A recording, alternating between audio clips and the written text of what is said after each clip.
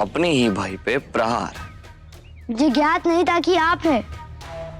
आपको इस प्रकार पीछे से नहीं आना चाहिए। दूसरों को क्या करना चाहिए और क्या नहीं ये सोचना छोड़ दो और स्वयं के बारे में सोचो कि तुम्हें क्या नहीं करना चाहिए। मैं समझा नहीं।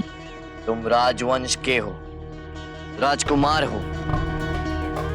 तुम क्या करते हो, किससे बातें करते हो, किसके साथ उठते बैठते हो, इस बात का ध्यान रखा करो।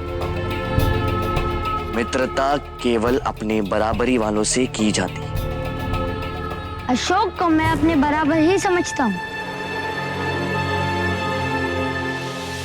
और वो अपने कर्म और अपने विचारों से बार बार सिद्ध कर चुका है कि ऐसे कई लोगों से वो श्रेष्ठ है जिन्हें ऊंचे कुल में जन्म लेने का अहंकार है।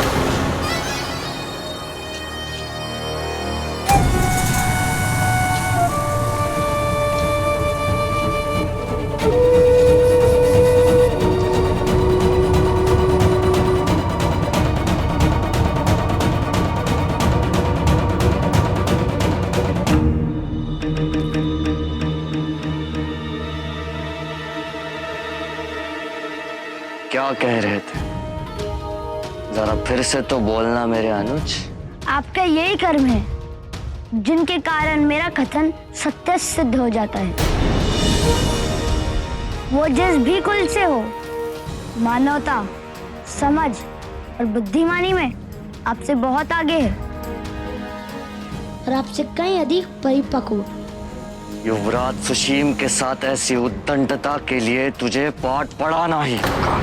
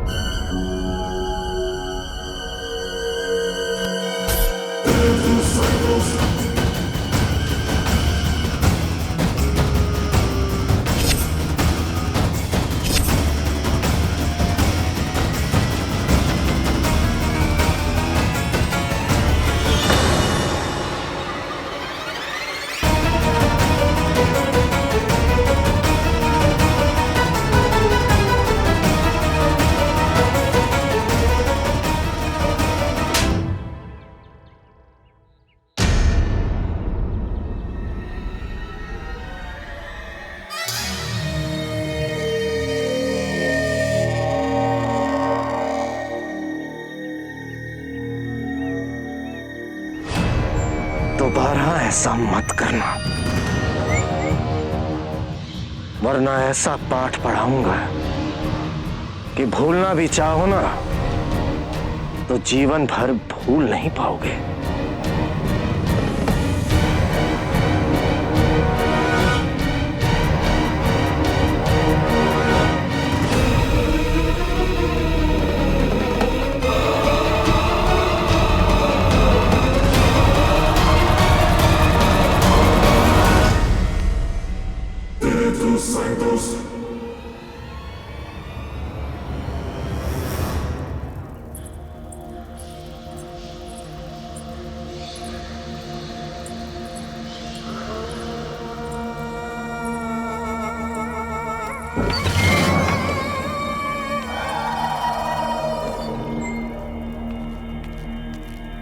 अशक्त, दुर्बल, यही है आप। काश कि मैं आपका पुत्र ना होता। अपनी मर्यादा का स्मरण रहे सुशीम। मर्यादा? मर्यादा का स्मरण ही था जो आज मेरे और उस जस्टिन के बीच आ गया। यह था उसकी चपेट का उत्तर देना अच्छे से जानता हूं मैं। क्या जस्टिन ने तुम्हें? कौन है वो? कौन है ये जस्टिन? कल के होने वाले सम्राट पे उसने, और वो भी किस लिए? सियामक के लिए। सियामक? सियामक को पहले से ही मीर खोरासन का पूरा समर्थन है और अब ये जस्टिन भी। मुझे तो यही लग रहा है कि अगला सम्राट घोषित करते समय ये यूनानी और मीर खोरासन हाथ मिला लेंगे। और मेरा समर्थन कौन करेगा? कोई नहीं, कोई मेरा समर्थन नहीं करेगा। सिंहासन पर वही बैठेगा जो सबसे शक्तिशाली होगा, और हम अशक्त थे, अशक्त हैं और अशक्त रहेंगे। जस्टिन का जीवन जिएंगे अब हम। छोटा भाई राज करेगा और मैं उसकी सेवा करूंगा, और ये सब केवल आपके कारण हो रहा है। मुझे सोचने दो सुशील, जस्टिन श्यामक का पक्ष क्यों ले रहा है? वो तो स्वयं ही सिंहासन का लोभी है। वर्षों पूर्व वो अपने आप को सम्राट तो बना ही चुका था। यदि उसको फिर से अवसर मिल रहा है तो वो तुम्हें या श्यामक को सिंहासन तक पहुंचने ही नहीं देगा। सुशील, कोई ना कोई कारण अवश्य है जो इस वक्त प्रत्यक्ष नहीं हो पा रहा। कौन हो सकता है इसके पीछे? नूर या फिर राजमाता हेलेना? कौन क्या कर रहा है ये सोचते सोचते आपने अपना जीवन बिता दिया, प्रत्यक्ष या परोक्ष, लेकिन सबने तैयारी कर ली है मां। पता नहीं आप कब जागेंगी, आप कब कुछ करेगी। मेरे पुत्र, मेरे अंश पर हाथ उठाने का मूल्य जस्टिन को चुकाना ही होगा। ये मेरा वचन है। उस रात ऐसा क्या हुआ था कि देवी धर्मा सम्राट की अनुमति लिए बिना अकेले ही निकल पड़ी थी? मैंने तो केवल उन्हें जाते हुए देखा है, और वो कुछ अपने पुत्र के आहत होने की बात से चिंतित थी। अर्थात उन्हें इस संबंध में अवश्य कोई संदेश मिला होगा। और वो व्यक्ति कौन था जो उन्हें लेने आया था? मैं नहीं जानता। तुमने उस व्यक्ति को देखा था या नहीं? देखा था, किंतु परंतु का यहाँ कोई स्थान नहीं है। स्मरण करो, कोई तो ऐसा पहचान चिन्ह होगा जिसके आधार पर हम उस व्यक्ति तक पहुंच सके। देखो, यदि उस व्यक्ति को ढूंढने में तुम हमारी सहायता करते हो तो तुम्हें बहुत आर्थिक लाभ होगा पुरस्कार के रूप में। करो स्मरण।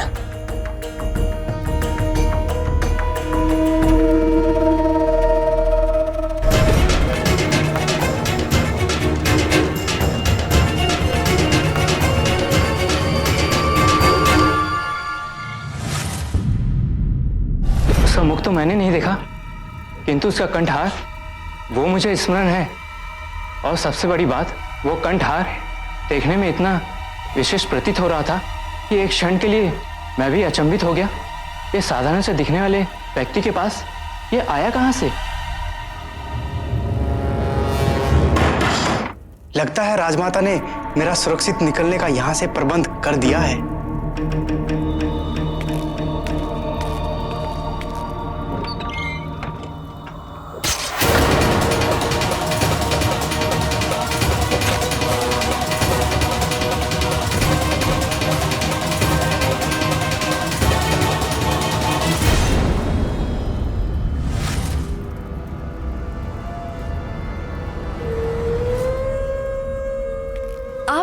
चाणक्य चाहकर भी हम तक नहीं पहुंच सकेगा, और शीघ्र ही उज्जैन से राजराज का उत्तर भी प्राप्त हो जाएगा। इतना आपने अभी तक बताया नहीं कि राजराज के पास आपने प्रस्ताव क्या भेजा था? एक ऐसा प्रस्ताव जिसे वो अस्वीकार नहीं कर सकता।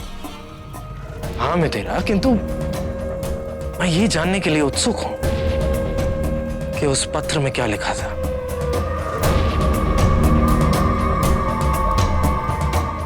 मितेरा, आप पहले तो मुझसे कभी कुछ छुपाती नहीं थी, तो फिर अचानक ऐसा क्यों? क्या आपको मुझ पर विश्वास नहीं रहा?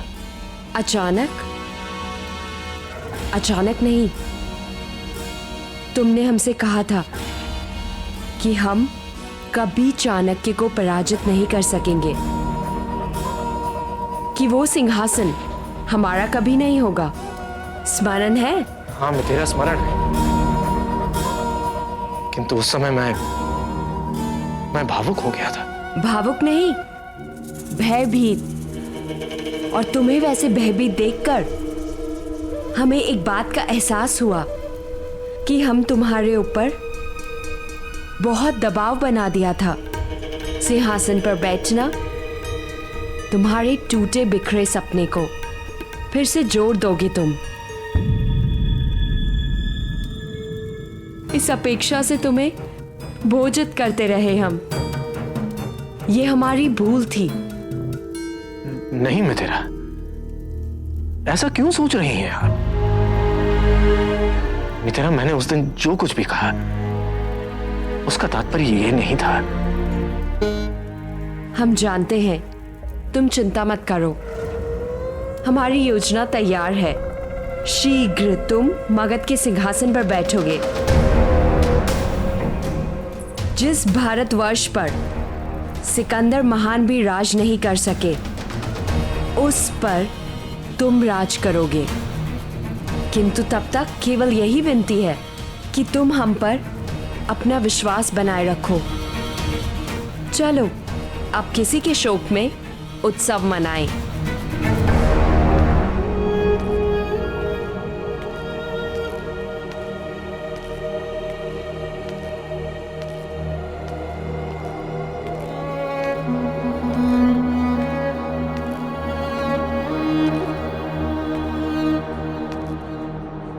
अशोक, अशोक, अशोक, कहां जा रहे हो तुम? अपनी माँ के पास, अपने घर। किंतु आचार्य तुम्हें इसकी अनुमति कभी नहीं देंगे। अपनी खोई हुई माँ को ढूंढने हेतु मुझे किसी की अनुमति नहीं चाहिए।